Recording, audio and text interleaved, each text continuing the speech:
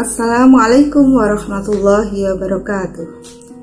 Para jemaah dan sahabat yang dimuliakan oleh Allah, kita sering mendengar bahwa perempuan itu kurang agamanya, kurang juga akalnya. Apa yang menyebabkan demikian? Dan benarkah demikian makna hakiki yang dimaksud oleh Rasulullah?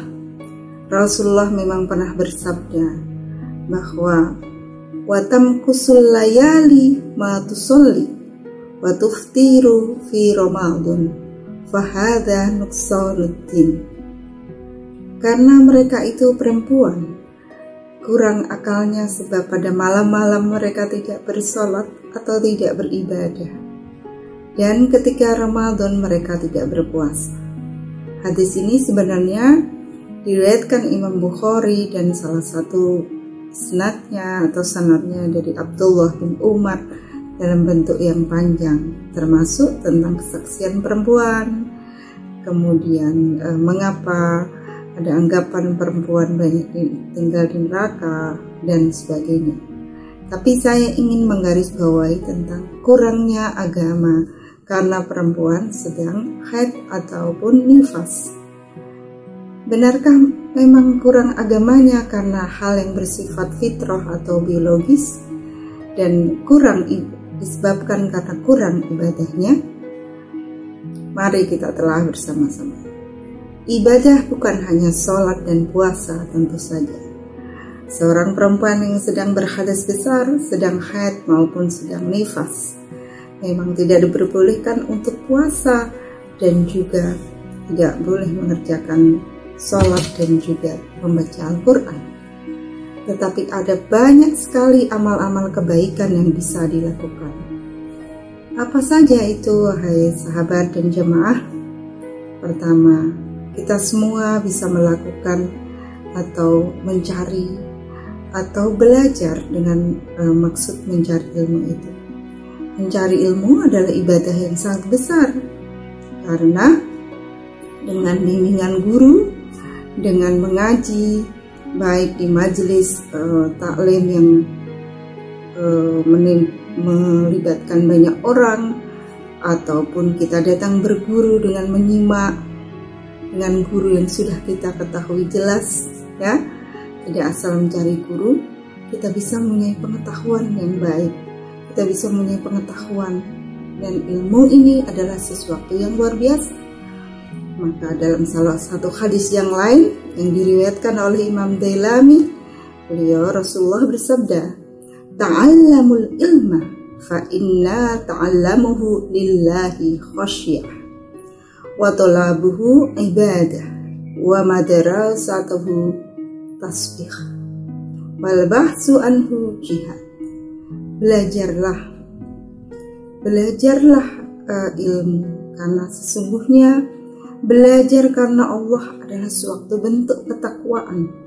Mencari ilmu adalah ibadah, menalahnya adalah tasbih, dan mengkajinya adalah jihad. Bayangkan sahabat dan jamaah semua, kalau sepanjang hari ketika orang-orang beribadah atau ketika waktu orang-orang sholat dan membaca Quran, kita mencari pengetahuan, kita belajar. Dan Nabi sudah menggaranti dengan hal-hal yang tadi yang dalam hadis yang diriwayatkan Imam Dailami. Kemudian apa saja yang bisa dilakukan selain mencari ilmu? Yang kedua, berzikir. Berzikir dianjurkan kepada siapa saja memang, dan kapan saja, waktunya juga tidak ditentukan.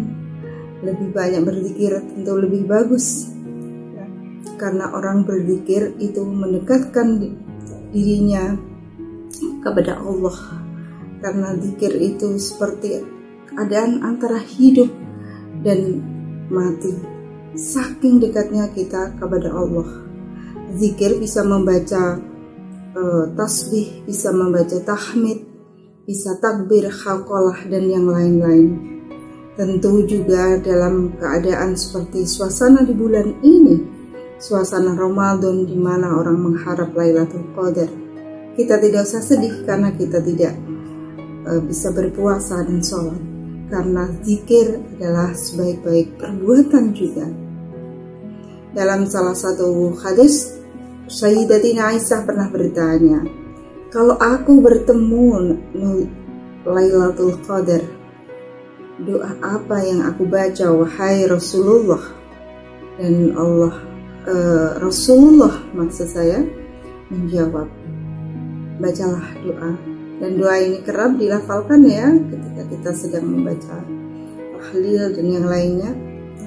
Kata Rasulullah, doanya, Allahumma innaka afun tuhibbul afwa fa'fu anni.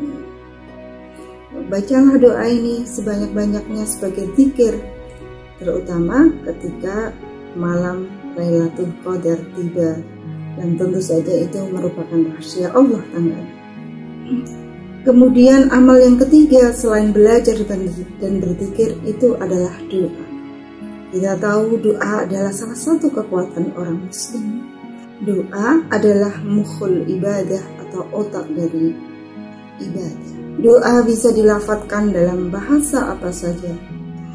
Doa bisa dibaca oleh perempuan yang sedang haid maupun tidak haid. Tetapi tentu kita punya waktu-waktu khusus ketika tidak ada ibadah mahdhu yang tadi tidak bisa dilakukan, dan kita dianjurkan untuk berdoa. Berdoa, bermunajat kepada Allah adalah juga bagian dari ibadah. Kemudian apalagi selain 3 hal di atas, yang keempat adalah melakukan kegiatan sosial. Dengan tersedianya waktu yang banyak, perempuan yang sedang haid tidak perlu risau karena dia bisa berkegiatan membentuk dan menggalang donasi atau mencari infak dan sedekah dari orang-orang yang punya hak untuk mengeluarkannya dan membagikan bagi orang-orang yang kekurangan dan berhak menerimanya. Ibadah sosial yang lain juga banyak, misalnya membersihkan lingkungan di sekitar kita, menanami pohon untuk keselamatan generasi ke depan.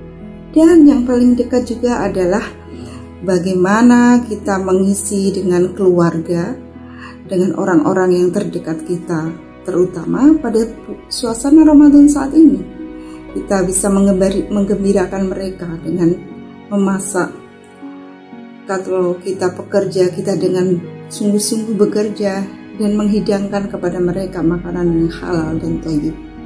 Memasak untuk berbuka atau sahur, baik membantu karena yang di rumah sudah ada yang membantu ataupun kita sendiri, adalah bagian dari amal-amal yang dicatat oleh para malaikat sebagai amal kebaikan yang juga insya Allah pahalanya tak terhingga dibanding dengan ibadah perempuan pada hari-hari biasa.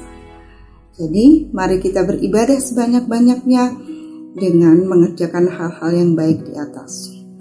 Demikian yang bisa saya sampaikan. Wallahul muwaffiq ila aqwamit thoriq. Assalamualaikum warahmatullahi wabarakatuh.